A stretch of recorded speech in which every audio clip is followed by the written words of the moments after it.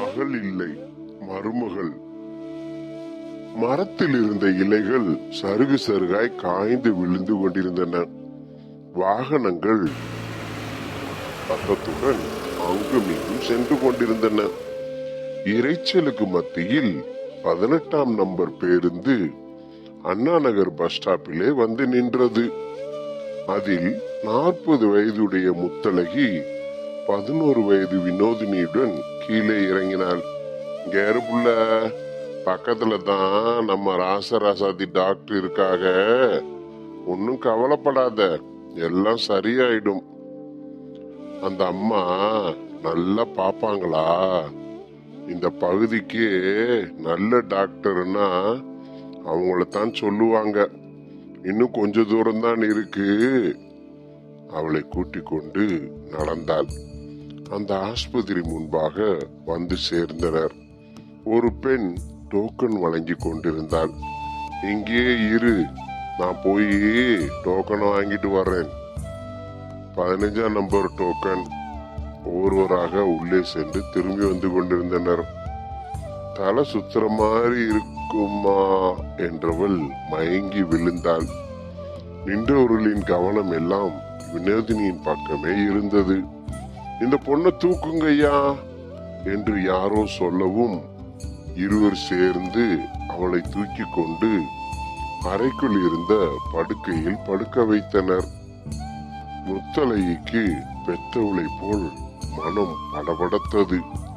கொஞ்ச நேரத்தில் மயக்கம் தெளிந்தாள். மிகவும் சோர்வுடன் காணப்பட்டாள். இரத்தமும் நீரும் அவளிடமிருந்து எடுத்து சோதிக்கப்பட்டது.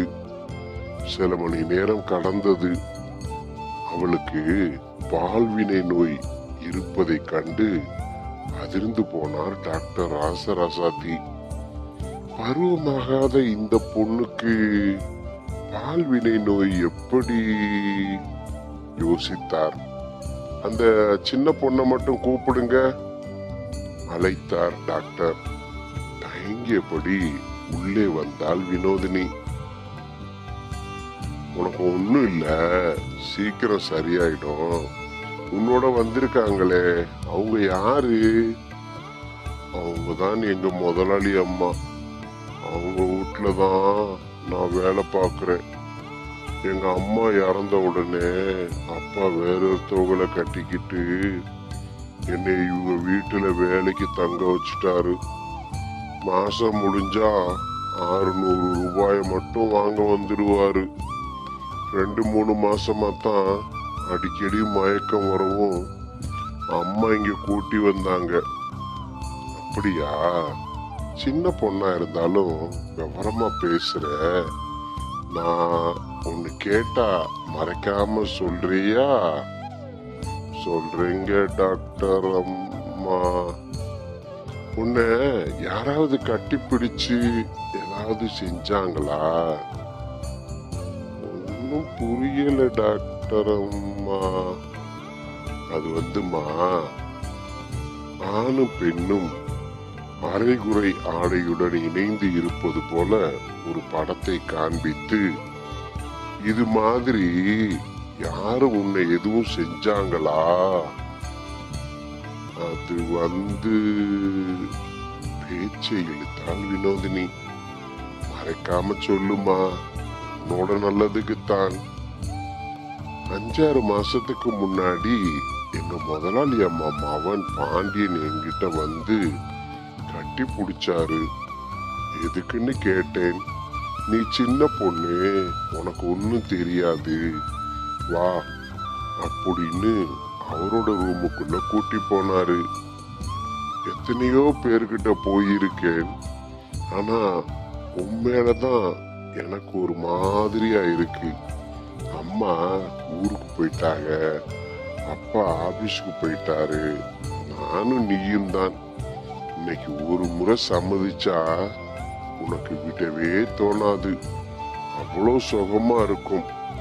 ஒரு முறை செய்வோம், உனக்கு பிடிக்கலன்னா அப்புறம் வேண்டாம்னு கெஞ்சினாரு. அவரை பார்க்க பாவமா இருக்கவும் சரின்னு சொன்னேன். என்னென்னமோ பண்ணினாரு. எனக்கு புரியல. அப்புறம் யாரும் இல்லைன்னா அடிக்கடி தொந்தரவு பண்ணுவாரு. தேமி தேமி அழுதாள். இதே மாதிரி பல நாள் வலுக்கட்டாயமா செஞ்சாரு. சரி அழுகாதம்மா, இப்படி அடிக்கடி மயக்கம் வருமா? இப்ப கொஞ்ச நாளா மயக்கம் வரவும் அம்மா தான் இன்னைக்கு உங்ககிட்ட கூட்டி வந்தாங்க. ஏதோ யோசித்தவர், நர்ஸ் அந்த அம்மாவை வர சொல்லுங்க. வேர்த்து விறுவிறுத்தவளாய், அவளுக்கு என்னாச்சு டாக்டர்? உங்க பையன் என்ன பண்றான்? அவனை எதுக்கு கேக்குறீங்க? நம்ம ஊர் காலேஜ்ல தான் எம்எஸ்சி படிக்கிறான். இன்னைக்கு அவங்க ஃப்ரெண்டு வீட்டுக்கு போறதா சொல்லிட்டு போயிருக்கான். ஏன்? டாக்டர் பேச்சை இழுத்தாள். சொல்றதுக்கு மனசு கஷ்டமா இருக்கு. இந்த பொண்ணுக்கு வந்திருக்கிற நோய் சாதாரண நோய் இல்ல. எய்ட்ஸ் நோய்க்கு ஆரம்பமான பால்வினை நோய். உங்க பையன் தான் காரணம். உங்க பையனை நான் பார்க்கணுமே. அதிர்ந்து போய் சுவற்றில் சாய்ந்தாள். ரொம்ப நல்லவன்னு நினைச்சேனே. எவ்வளவு செலவானாலும் பரவாயில்ல, 2 பேரை காப்பாத்திருங்க டாக்டர். கண் கலங்கினான். காப்பாத்துறேம்மா, இந்த பொண்ணோட வாழ்க்கை பாலா போச்சே, அதுக்கு என்ன பண்ண போறீங்க? இதுவரைக்கும் மகளா நினைச்சிருந்தேன், இன்னையிலிருந்து மருமகளா ஏத்துக்கிறேன் டாக்டர். வினோதினியின் கைகளை இறுக பிடித்தாள். அப்போது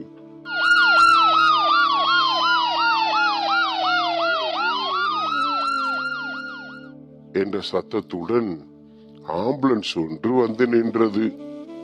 2 பேர் சேர்ந்து ஒருவரை தூக்கி கொண்டு வந்தனர். இருங்கம்மா வரேன். வேகமாக எழுந்து அவசர வார்டுக்கு வந்தார் டாக்டர். டாக்டர், ஹீரோகோண்டாவில வரும்போது லாரி மோதி ஆக்சிடென்ட் ஆயிடுச்சு, வேகத்துல பாருங்க, கதறினான் ராம்கி. சிகிச்சை அளித்தும் பலன் இல்லை. முதுகு தண்டுவடமும் தலையும் சேதமாகி இருந்ததால் இறந்து போனான். என்னாச்சு டாக்டர்? பயத்துடன் கேட்டான் ராம்கி. கையை விரித்து சென்றார் டாக்டர். யாருப்பா ராம்கி? பரபரப்புடன் கேட்டாள் முத்தழகி. அம்மா நீங்களா? நம்ம பாண்டியன் தான் அம்மா. அவள் காலில் விழுந்து கதறினான். பாண்டியா பாண்டியா! கதறல் ஒளியில் மருத்துவமனையே அதிர்ந்தது. விவரம் தெரியாதவளாயிருந்த வினோதினிக்கு அப்போதுதான் விவரம் தெரிந்தது. ஏக்கத்துடன் ஆஸ்பத்திரி ஜன்னலை உற்று பார்த்தாள். செத்துப்போன ஈயை எறும்பு ஒன்று இழுத்துச் சென்றது. தொடர்ந்து இது போன்ற கதைகளை கேட்பதற்கு நம் தமிழ் நம்பர் 1 ஸ்டோரிஸ் சேனலை சப்ஸ்கிரைப் செய்ய மறக்காதீர்கள் நண்பர்களே. வணக்கம்.